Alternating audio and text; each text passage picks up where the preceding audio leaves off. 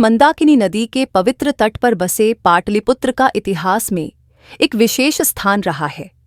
वर्तमान में जिसे हम पटना के नाम से जानते हैं, उस समय वह नगर मगध साम्राज्य की राजधानी था और वहां राजा सुदर्शन का शासन था। राजा सुदर्शन एक विद्वान, न्यायप्रिय और पराक्रमी शासक थे।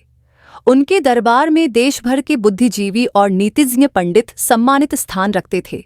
राजा नियमित रूप से विद्वानों की सभा आयोजित करते थे, जिसमें नीति, धर्म और राजनीति पर विचार विमर्श होता था। एक दिन दरबार में एक विद्वान ने एक श्लोक प्रस्तुत किया। अनेक संशयोच्छेदि परोक्षार्थस्य दर्शकम सर्वस्य लोचनम शास्त्रम यस्य नास्त्यंध एव स यौवनम धन संपत्ति है प्रभुत्वम विवेकिता एकैकम पथानर्थाय किमु यत्र चतुष्टयम्। इस श्लोक का अर्थ था कि ज्ञान ही वह साधन है जिससे समाज, धर्म और राजनीति की जटिलताओं को सुलझाया जा सकता है। इसके बिना व्यक्ति अंधकार में ही भटकता रहता है। वहीं जब व्यक्ति के पास यौवन, धन और सत्ता होते हैं तो अविवेक उसे पथभ्रष्ट कर सकता है। अगर ये सब एक साथ मिल जाए तो व्यक्ति का पतन निश्चित हो जाता है। यह सुनकर राजा सुदर्शन का मन बेचैन हो उठा। उन्हें अपने पुत्रों की याद आई जो ज्ञान से दूर और व्यसनों में लिप्त थे। राजा सुदर्शन के 3 पुत्र थे जिनका जीवन विलासिता और दुर्व्यसनों में डूबा हुआ था। वे विद्वानों से दूरी बनाकर रखते और अज्ञानी लोगों की संगति में अपना समय व्यर्थ करते। राजा को चिंता थी कि यदि वे ऐसे ही रहे तो राज्य का भविष्य अंधकारमय हो जाएगा। वे जानते थे कि एक राजा का कर्तव्य केवल राज्य संचालन तक सीमित नहीं है, बल्कि वह पूरे समाज का मार्गदर्शक होता है। राजा सुदर्शन की यह चिंता दिन रात उन्हें खाई जा रही थी। उन्होंने निर्णय किया कि चाहे जो भी हो, वह अपने पुत्रों को ज्ञान के मार्ग पर चलाएंगे।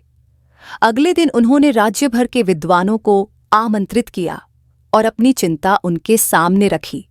राजा ने कहा, मुझे अपने पुत्रों के पतन का बहुत दुख है। वे व्यसनों में लिप्त हैं और ज्ञान से दूर हैं। मैं चाहता हूं कि वे विद्वान और नीति निपुण बने ताकि वे मेरे बाद इस राज्य को संभाल सकें। उन विद्वानों में श्री विष्णु शर्मा नामक एक महाज्ञानी भी थे। उन्होंने राजा की चिंता सुनी और बोले, महाराज, आप चिंता न करें। मैं आपके पुत्रों को अपने पास रखूंगा और उन्हें नीति और ज्ञान की शिक्षा दूंगा। मैं वचन देता हूं कि 6 महीने के भीतर वे नीति शास्त्र में प्रवीण हो जाएंगे। राजा सुदर्शन विष्णु शर्मा की बात सुनकर प्रसन्न हुए और उन्होंने अपने पुत्रों को उनके साथ भेज दिया। विष्णु शर्मा ने अपने शिष्यों के रूप में राजकुमारों को स्वीकार कर लिया और उन्हें अपने आश्रम ले गए। कुछ दिन बीतने के बाद विष्णु शर्मा ने महसूस किया कि राजकुमारों में बुद्धि तो है, लेकिन उनकी संगति और व्यवहार ने उन्हें उद्दंड बना दिया है। उन्हें सीधे उपदेश देने से कोई लाभ नहीं होगा, क्योंकि इससे वे विद्रोह कर सकते थे। इसलिए उन्होंने एक अलग ही मार्ग अपनाने का निश्चय किया। उन्होंने सोचा कि क्यों न कहानियों के माध्यम से इन्हें ज्ञान प्रदान किया जाए, जिससे ये न केवल मनोरंजन करे बल्कि नीतिगत शिक्षा भी ग्रहण करे। विष्णु शर्मा ने राजकुमारों को बुलाया और कहा, मैं तुम्हें कुछ कहानियां सुनाऊंगा।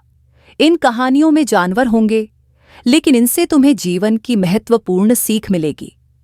राजकुमार उत्सुक होकर बोले, ऐसी कहानियां तो मजेदार होंगी गुरुजी, हम अवश्य सुनेंगे। विष्णु शर्मा ने अपनी पहली कहानी सुनानी शुरू की।